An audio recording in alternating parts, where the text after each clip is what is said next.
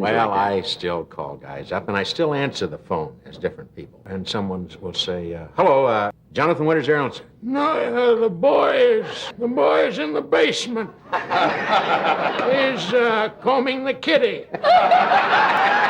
Jonathan Winters was a comedy genius turning any topic into absolute chaos. We're a tough family, so... You gotta call it as you see. You got it. Because she'd survive, I know her. Blow her into a tree, come right out with some squirrel, you know. These are Jonathan Winters' funniest jokes with Johnny Carson, the Indians meeting Europeans line.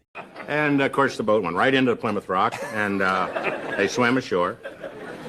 And then they got up on the rock, and everybody prayed, usually on the rock. And those that didn't pray were cuffed around a little bit.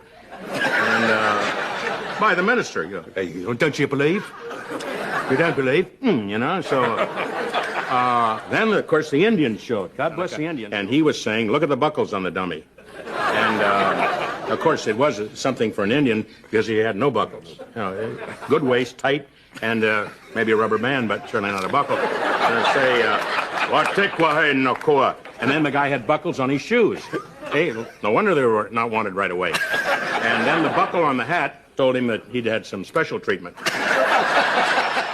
Indians meeting Europeans in 1987 gets flipped into blunt, suspicious reactions. His spot on Voices is what made this joke legendary. Why Winters went to war.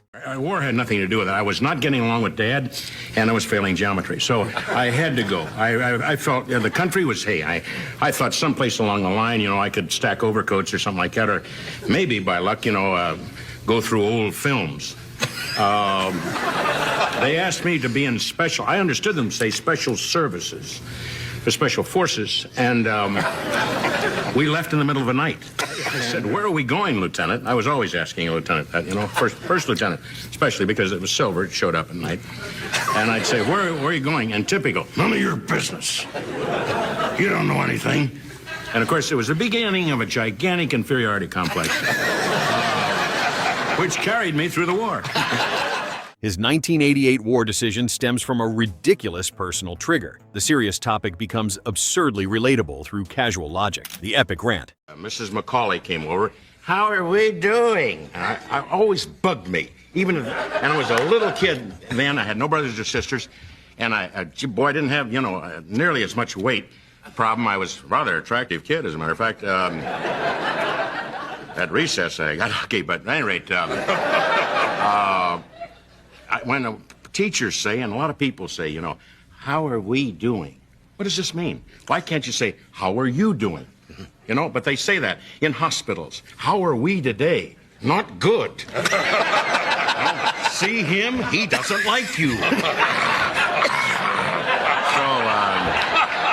The 1988 tirade winds up with each sentence topping the last. Johnny told his staff, Winters turns overreaction into the joke engine. It's genius. Winters breaks. She said, I gave him away to the mission. I said, that's all right. You know, that's okay, the poor kids. But you should have written me. And I said, please, why, you should have let me know. And she said the line I'll never forget. She said, well, sweetheart, how did we know that you were going to survive? So... that's when I put her in a home early. Carson Live. Every 1987 conversation attempt gets detonated with another angle. Winters keeps finding new places to hit, making Carson drop all control visibly. The Young Womenizer. I said, Mother, you know, it's great to be home, number one. And I said, where are my toys? There's a long pause. She said, you're 20 years old, dummy. And, very sensitive at that time, too. I mean, if you said that had been said to me in the service, and of course, grenade. So,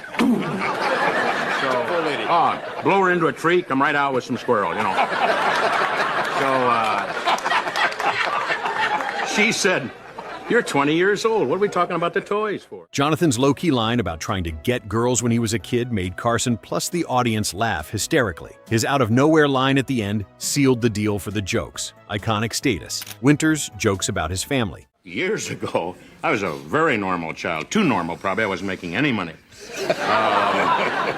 No, my parents were divorced. I won't go into a long thing in deference to they're gone anyway. But sorry to the thing was that Dad was off, you know, somewhere in an open field or, you know, settling insurance policies near a creek bank. And so I just didn't know about him where he was, and it was always explained he's away. Everybody in our family was away a lot. Where's Uncle, Aunt Emma? She's away, dear. You never knew where. Well, I knew that eventually, as I went by one of the institutions, Hi. But at any rate, His 1988 family bit sounds normal until chaos-revealing details drop. Carson later said, Winters makes family stuff just sound like a disaster film. The contrast kills me. Vacationing with the in-laws. It's interesting because I think with a great many men, I've been fortunate, this hasn't happened to me very often, if ever, but a great many men have to satisfy their wives with the mother-in-law scene, you see, and father-in-law sometimes say. And she always says, well, I want to take my mother again this year for at least a week. Mother doesn't like it where she is, and I want to take her. And the guy's, oh, please, please. I suppose we're going to take your dad, too. Yes, we're going to take Dad, too. And there's always a problem with in-laws of, I didn't think we were going to go there. I don't want to go there. And that's all right if the guy would throw in some coins.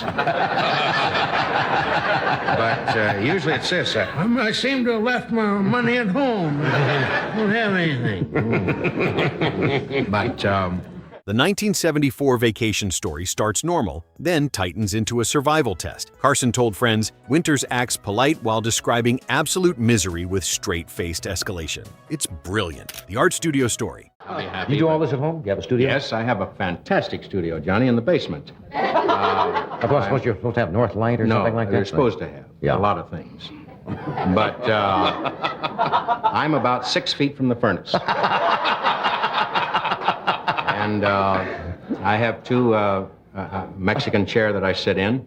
I have an easel, which I had to have that. I felt that it was either that or a beret. And so I chose the easel. I have. Do you have any light coming in? Oh, yeah, right. There's a little light, little window about like this, which the kitty is usually looking for. And there are bars on the window. That represents a little something for me. Learning art through matchbook ads gets mocked in 1973 as Winters makes creativity sound like a scam you accidentally joined. The art studio description becomes ridiculous as Carson tries keeping it serious while Winters turns the artist's life into a mess. The matchbook ads reference kills as Carson appreciates the specificity. Winters makes art education sound fraudulent, with the lived-in mess feeling authentic. Winters' impersonation of a farmer. Buck Edelhofer. I hope you don't mind either one of you if I chew. No, sir. Not a bit. Well, I always have. Ever since I was 6 years old, I always had a bunch of stuff in the right side of my face. Yeah, just like ball players, huh? Just like ball players do that, huh? I suppose. What has always been fun for me is to get a little cur dog and do that to him. Winters' premise changes are lightning fast as Carson tries following along while Winters shifts characters constantly. Wyoming. Worked my way into Chicago. Then I went up into Manitoba with a wheat and a machine, just a lot of machinery, cut wheat up there for a while. Got into salmon, and very serious, very serious. Never laugh at a salmon person. That's right. Drive a treble hook into your face, boy, I'll tell you. It's funny because of his perfect impression without breaking the act once, as Johnny just sits back and becomes an audience member. Winters proved his improv mastery as the speed overwhelmed everyone. World War II, homecoming story. I said, Mother, it's great to be home, number one. And I said, where are my toys? There's a long pause. She said, you're 20 years old, dummy. And very sensitive at that time, too. I mean, if you said that had been said to me in the service, and of course, grenade. So, I didn't have any grenades or she'd have been history. So she said, you're 20 years old. What are we talking about the toys for? And she said, I gave them away to the mission. I said, that's all right. That's okay, the poor kids. But you should have written me, those last hours in Philadelphia where I discharged. And I said, please, why, you should have let me know. And she said the line I'll never forget. She said, well, sweetheart, how did we know that you were going to survive?